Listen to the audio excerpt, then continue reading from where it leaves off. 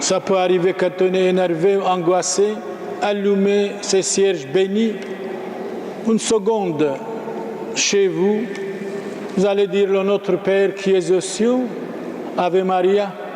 Je vous salue Marie, pleine de grâce, et vous allez prier. Vous allez vous sentir bien. Ce sont des cierges bénis qui vous portent la lumière de notre Seigneur Jésus-Christ.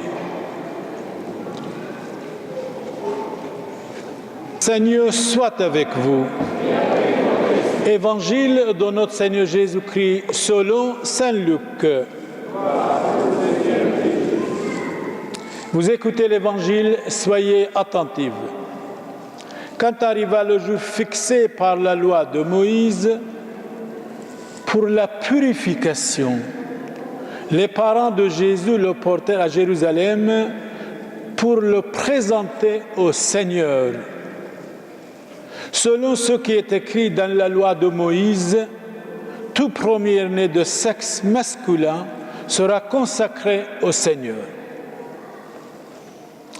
Il venait aussi présenter en offrande le sacrifice prescrit par la loi du Seigneur, un couple de tourterelles ou 2 petites colombes.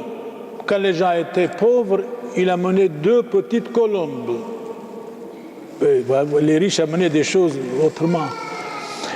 Or, il y avait à Jérusalem un homme appelé Siméon. C'était un homme juste et religieux qui attendait la consolation d'Israël. L'Esprit Saint était sur lui. L'Esprit lui avait révélé qu'il ne verrait pas la mort avant d'avoir vu le Messie du Seigneur. Poussé, le mot est bon, poussé par l'Esprit Saint, Siméon vint au temple. Les parents y entraient avec l'enfant Jésus pour accomplir les rites de la loi qui le concernaient. Siméon prit l'enfant dans ses bras. Il bénit Dieu en disant « Maintenant, ô Maître, tu peux laisser ton serviteur s'en aller dans la paix, selon ta parole, car mes yeux ont vu ton salut, que tu as préparé à la face de tous les peuples. » Attention, lumière pour éclairer les nations païennes. Et la gloire d'Israël, son peuple. Lumière pour éclairer les nations païennes. Et la gloire d'Israël, son peuple. Lumière pour éclairer les nations païennes. Et gloire d'Israël, son peuple.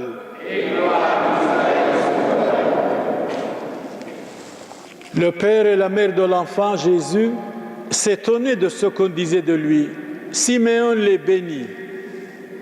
Puis il dit à Marie, sa mère, « Vois ton fils qui est là, provoquera la chute et le relèvement de beaucoup en Israël.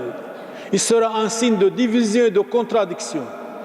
Et toi-même, ton cœur sera transpercé par une épée. Ainsi seront dévoilées les pensées secrètes d'un grand nombre. » Il y avait là une femme qui était prophète. Anne, fille de Phanuel, de la tribu d'Azer, demeurait veuve après 7 ans de mariage. Elle avait atteint l'âge de 84 ans. Elle ne s'éloignait pas du temple, servant Dieu jour et nuit dans le jeûne et la prière.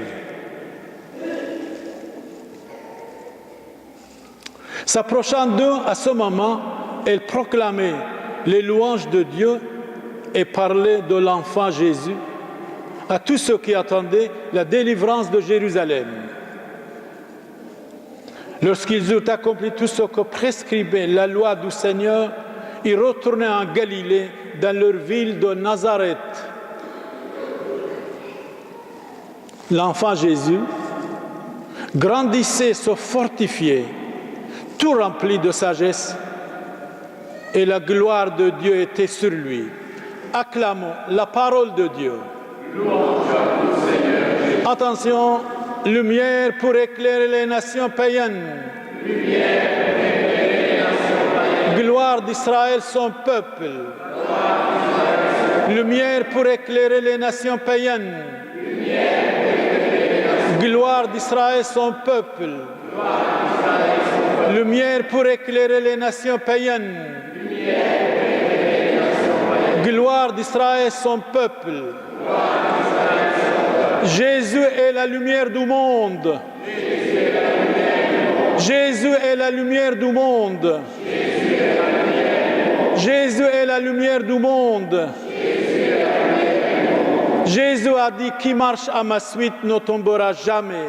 Acclamons la parole de Dieu.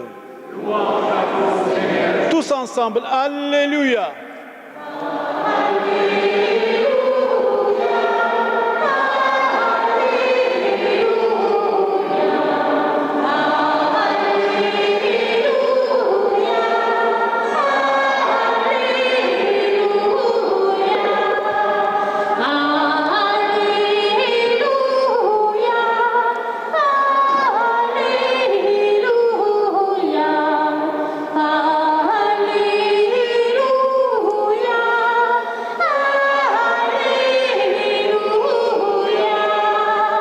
Regardez ce qu'il dit au sujet de la prière. Nous prions, on vient ici pour prier. La prière ranime l'espérance dans le cœur de l'homme. La prière ranime l'espérance dans le cœur de l'homme. Le philosophe allemand Goethe a prononcé cette phrase, il est mort en 1832.